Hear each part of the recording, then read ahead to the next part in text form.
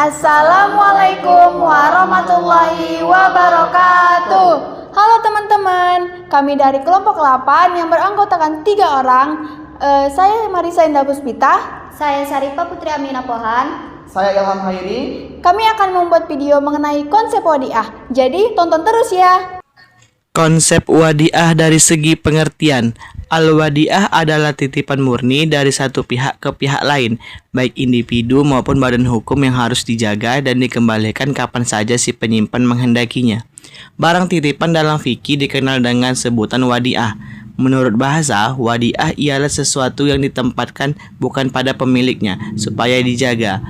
Maudi inda khair maliki layah Padduhu. Berarti bahwa wadiah ialah memberikan. Makna yang kedua, wadiah dari segi bahasa adalah menerima. Seperti seseorang berkata, auda tubuh, artinya aku menerima harta tersebut darinya. Qabiltu minhu dzalika almal liyakuna wadiah indi. Selanjutnya, konsep wadiah dari segi dasar hukum. Dalam Quran Surah Al-Baqarah ayat 283 yang artinya, jika kamu dalam perjalanan sedangkan kamu tidak mendapatkan seorang pencatat, hendaklah ada barang jaminan yang dipegang. Akan tetapi, jika sebagian kamu mempercayai sebagian yang lain, hendaklah yang dipercayai itu menunaikan amanatnya atau utangnya, dan hendaklah dia bertakwa kepada Allah Tuhannya. Janganlah kamu menyembunyikan kesaksian, karena siapa yang menyembunyikannya sesungguhnya hatinya berdosa. Allah Maha mengetahui apa yang kamu kerjakan.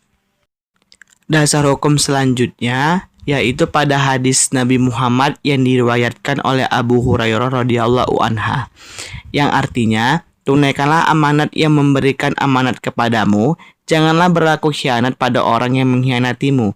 Hadis riwayat Tirmizi nomor 1264, Abu Daud nomor 3535.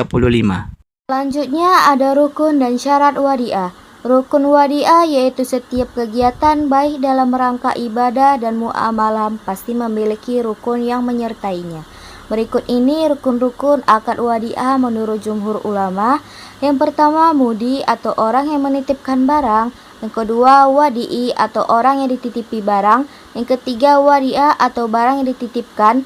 Yang keempat, sigot titipan atau ijab dan qabul. Syarat wadi'ah yaitu syarat yang terkait penitipan dan penerima titipan atau akidain harus orang yang termasuk itlaq al-tasyaruf atau bebas melakukan transaksi. Maka dianggap tidak sah akad wadiah apabila yang dilakukan oleh anak kecil, orang tidak waras atau gila, dan mahjur alai bisafi atau orang bodoh yang tidak mengerti mata uang. Persyaratan tersebut diperjelas dengan penambahan akil balik oleh jumhur ulama. Syarat yang terkait dengan barang yang menjadi objek akad wadiah harus muhtaromah, dianggap mulia oleh syarah. Meskipun barang tersebut tidak memiliki nilai jual, di samping itu barang yang dititipkan juga harus diketahui identitasnya dan bisa dikuasai untuk dipelihara. Dan materi terakhir yaitu mengenai sifat akad wadiah.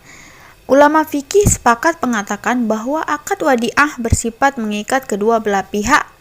Akan tetapi, apakah tanggung jawabnya itu bersifat amanat atau bersifat ganti rugi atau yang disebut dengan doman?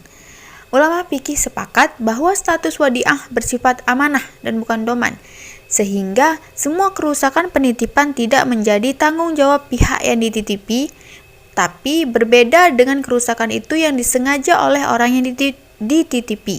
Sebagai alasannya adalah di sabda Rasulullah SAW yang artinya orang yang dititipi barang apabila tidak melakukan pengkhianatan tidak dikenakan ganti rugi. Hadis riwayat Baihaqi dan Daruqutni. Kemudian, apabila dalam akad wadiah ada disyaratkan ganti rugi atas orang yang dititipi, maka akad itu tidak sah. Kemudian, orang yang dititipi juga harus menjaga amanat dengan baik dan tidak boleh menuntut upah atau jasa dari orang yang menitipkan. Karena wadiah termasuk akad yang tidak lazim, maka kedua belah pihak dapat membatalkan perjanjian akad ini kapan saja. Karena dalam wadiah terdapat unsur permintaan tolong, maka memberikan pertolongan itu adalah hak dari wadi'i. Kalau ia tidak mau, maka tidak ada keharusan untuk menjaga titipan. Namun kalau wadi'i mengharuskan pembayaran semacam biaya administrasi misalnya, maka akad wadi'ah berubah menjadi akad sewa atau ijarah. Kesimpulannya ialah wadi'ah adalah konsep dalam ekonomi Islam yang berarti titipan. Dalam transaksi wadi'ah, seseorang yang pemilik barang atau titipan menyerahkan barangnya kepada pihak lain penerima titipan untuk dijaga dan diamankan. Prinsip utama dalam wadi'ah adalah amanah atau kepercayaan, di mana tanpa menggunakannya untuk kepentingan pribadi kecuali ada izin. Dalam praktik perbankan syariah, wadi'ah sering digunakan dalam produk tabungan giro yang dimana bank bertindak sebagai penerima titipan dan wajib menjaga dana nasabah. Wadi'ah menekankan nilai kepercayaan, tanggung jawab, dan kejujuran, serta menjadi landasan penting dalam menjaga harta dalam sistem ekonomi Islam. Sekian dari kami, terima kasih telah menyaksikan. Bye-bye!